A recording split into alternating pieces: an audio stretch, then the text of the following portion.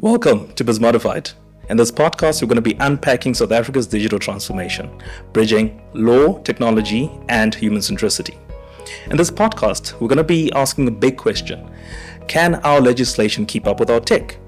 South Africa's seen a rise in this last year alone from 53 data breaches monthly to 150 monthly breaches. Can our law protect us in this digital age? Joining me today is a team of experts. Lisa Marie, a seasoned legal professional specializing in data law and ethics, and Anna Marie, a seasoned consultant specializing in data governance and ethics.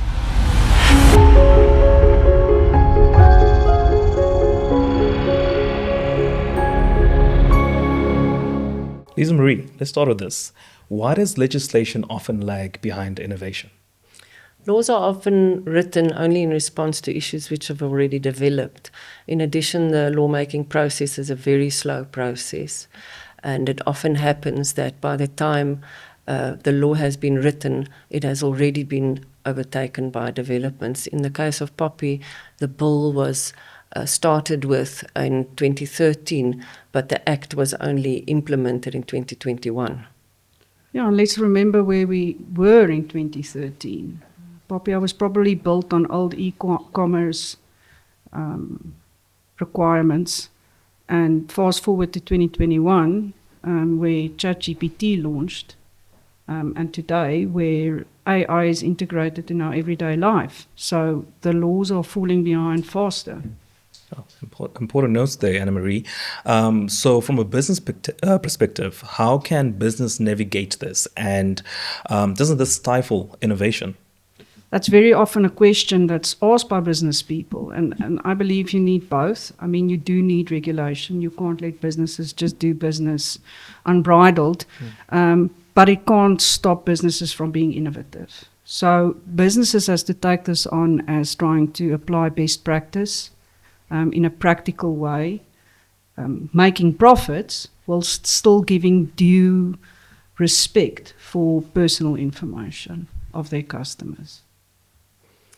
Businesses also shouldn't wait for the legal profession to step in or for the legislator to step in. I think they should self-regulate.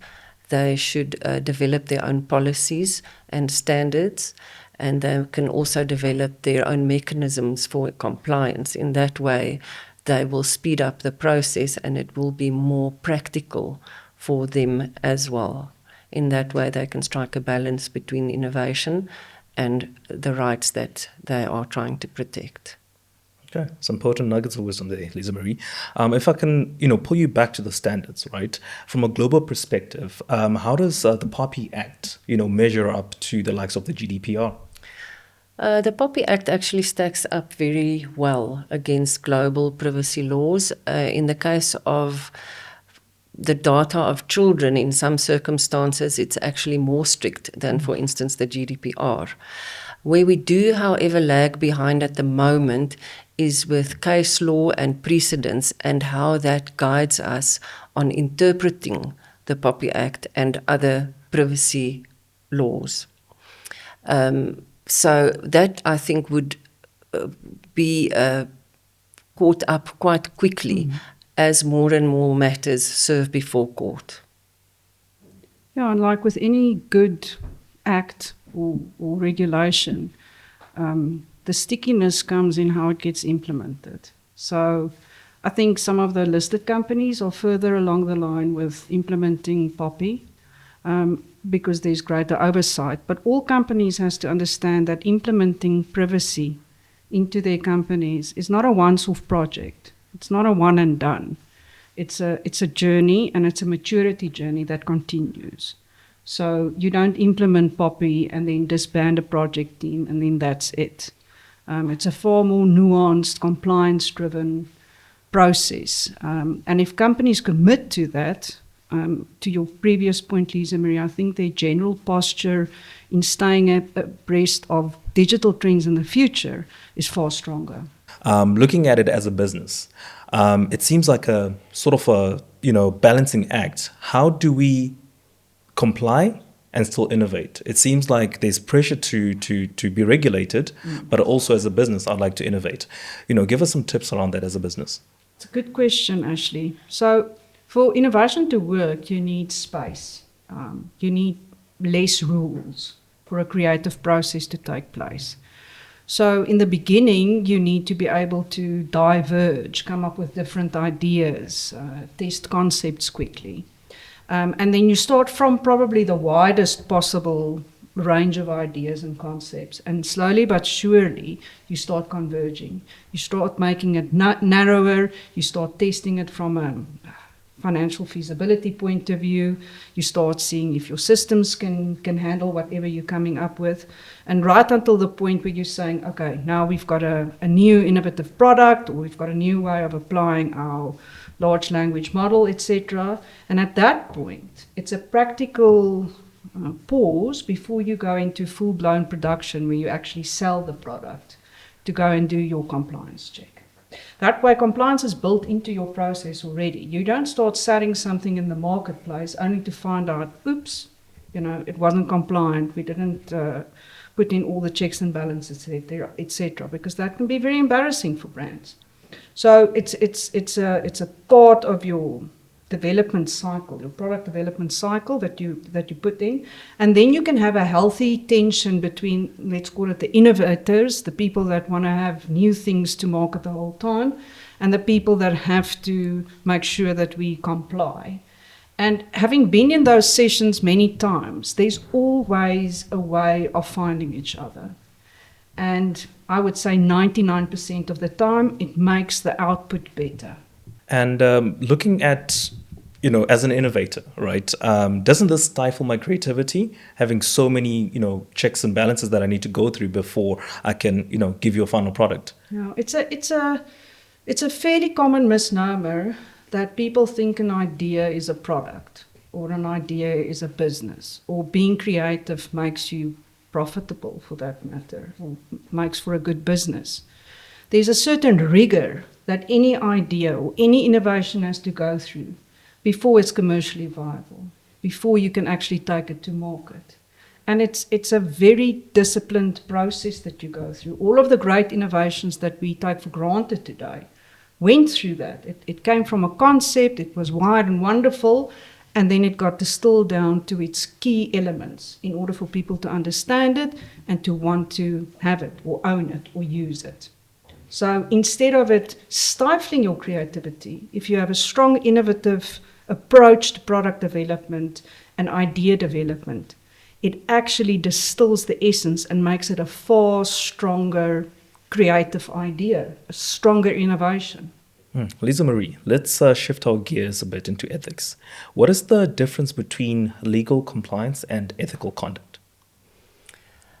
It's not enough just to know what an act commands or what it instructs you to do. It's very important to know what the reason is for the act's existence, what its purpose is. If you simply approach compliance with a tick box attitude, you can tick all the boxes that you want, but you will never achieve the goal of the act in a meaningful and ethical way. So understanding the act and understanding the reason of its existence, for its existence, is important.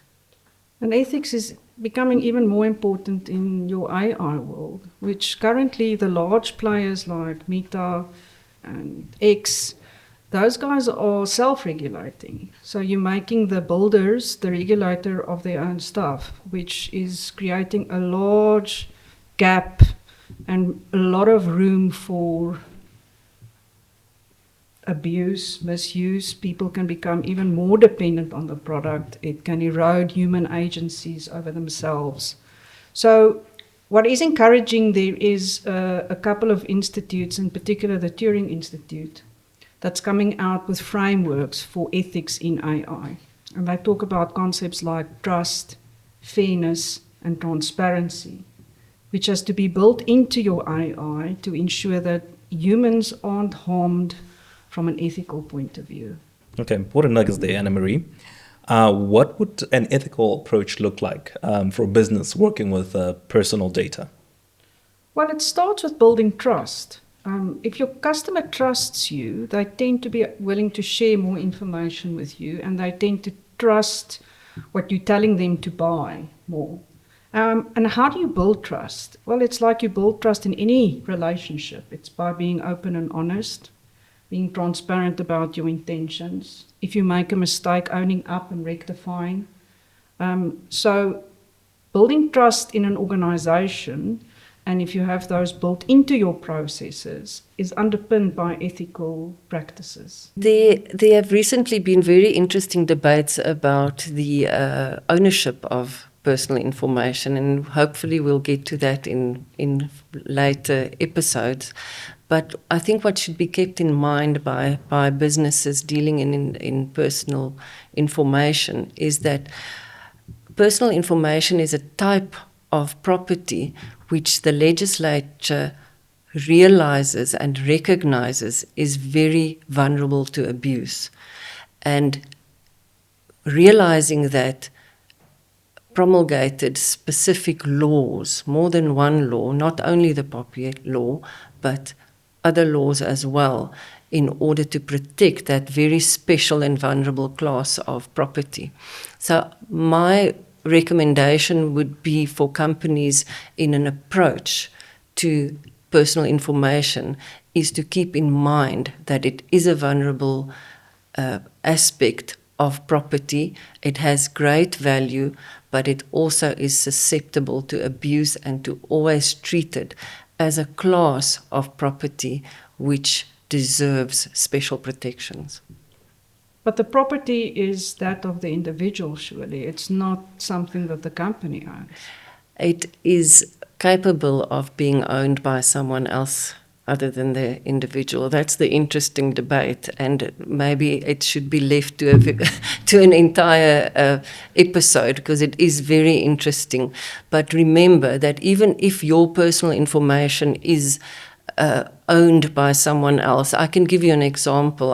I don't want to take too much time with this, but an example would be if memories that you create or that are yours are being developed by someone else into a film or something else. They now have the ownership of those, but they are still subject to the POPI Act and privacy laws on how they deal with it. So the ownership, although not yours any longer, is very restricted by privacy laws, which should give you a fair amount of comfort, although it sounds very strange that someone else can own your personal information. Now, I personally find it quite horrifying if you look at what AI is using to teach itself. So if you look at the large language models that we all happily use these days,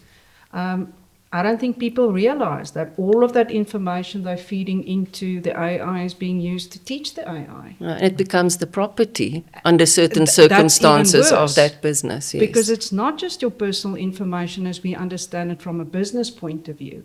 It becomes your opinions, your manner of speaking, your point of view. It's very, your memories for that matter. Yeah. And I don't think we realize how much of our information we're sharing with AI willingly. Yes. Only to get a quick essay out of it. An email. Interesting view here, because we're looking at how, companies are bending the rules, right? So they don't essentially act ethically. So how do we make sure that, companies act ethically? Because they're looking at a gap where they're technically compliant, but they're not acting from an ethical point of view. There's a lot of real life examples where ethic failures have caused real harm. Even pre-AI, from environmental disasters to loss of life. And AI also has the ability to cause real harm. Self-harm, job losses, impact on individuals and communities. I think the big thing for companies to think about is if your AI is leaving somebody worse off, that is an ethical failure. It might be legally okay, and it might be good for business, but it is an ethical failure. And in the long run, if we keep on building and building on ethical failures, it leads to real loss. I don't know what the legal position is around it. I'm just looking at from an ethics point of view. Yes, there might be circumstances where something could be legal but still be ethically wrong. And I think what businesses should realize is that if they continue to operate in that manner, they are undermining the digital economy as a whole, and also in the same manner their own businesses and the sustainability of their businesses. So they're not only causing harm to the persons whose personal injury, personal information they misuse, but they actually cause harm to the sustainability of their own businesses in the long run, because they lose the trust of the public. True. Okay. Now, these are very important points there. So looking at a business, right, how can they, start training that muscle, that ethical muscle? How can they start building internally that ethical capability? It always comes down to training. And training doesn't only belong in the obvious departments of your business, such as the legal department. It has to go through the entire company. They all need training, the marketing department, development, sales. Training is the key.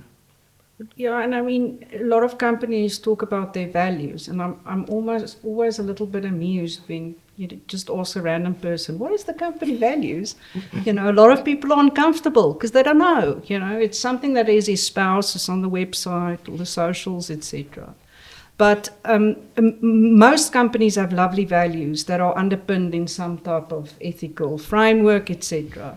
And I think one has to audit your values of your company. If you say you espouse these things that are underpinned by good ethics, then audit that and check whether people understand. Like you're saying, it's training, but it's not just a once-off training.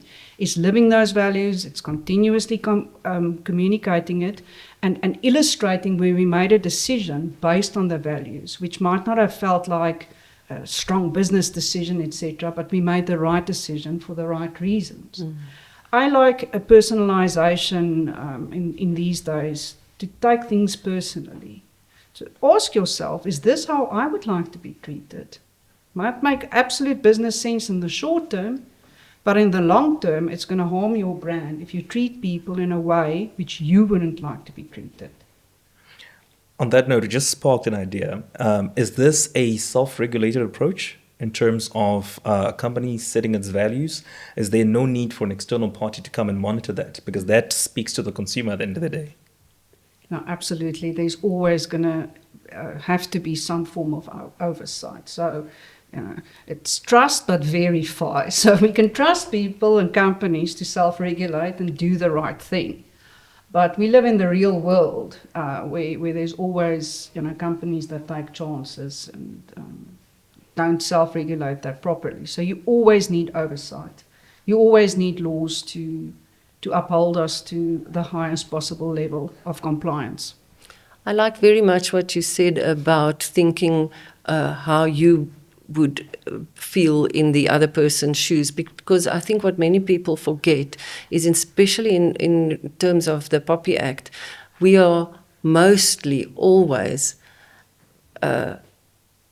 data subjects and responsible parties. We often see ourselves only as one or the other, but in most circumstances we play both roles, and that's why you should always think, would this be fair if I was the responsible party, or would this be fair to me if I was the data subject whose information is being processed? Wonderful. Rich conversations here. Your key takeaways from this, Anna-Marie? Companies need to see ethics and values and compliance as part of the good stuff of making better products and becoming better companies. If you build trust with your clients or your customers, they will reward you with their loyalty.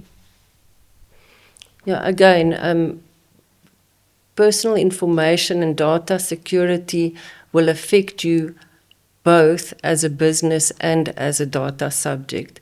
It is in your best interest to always think of the outcome, of what the purpose of the privacy legislation is, and not only approach it as a tick list of compliance issues, but focus on the outcome and the. We always talk about this, the letter of the law versus the spirit of the law. Absolutely. And ethics is the spirit of the law. Beautiful. Agreed. Love that. Letter of the law, spirit of the law. Well, there you have it. Thank you so much for joining us on Bizmodified. A lot has been said. Please do share your thoughts, reshare, share this on your socials. Catch you on the next episode. Stay connected, stay informed, and stay protected.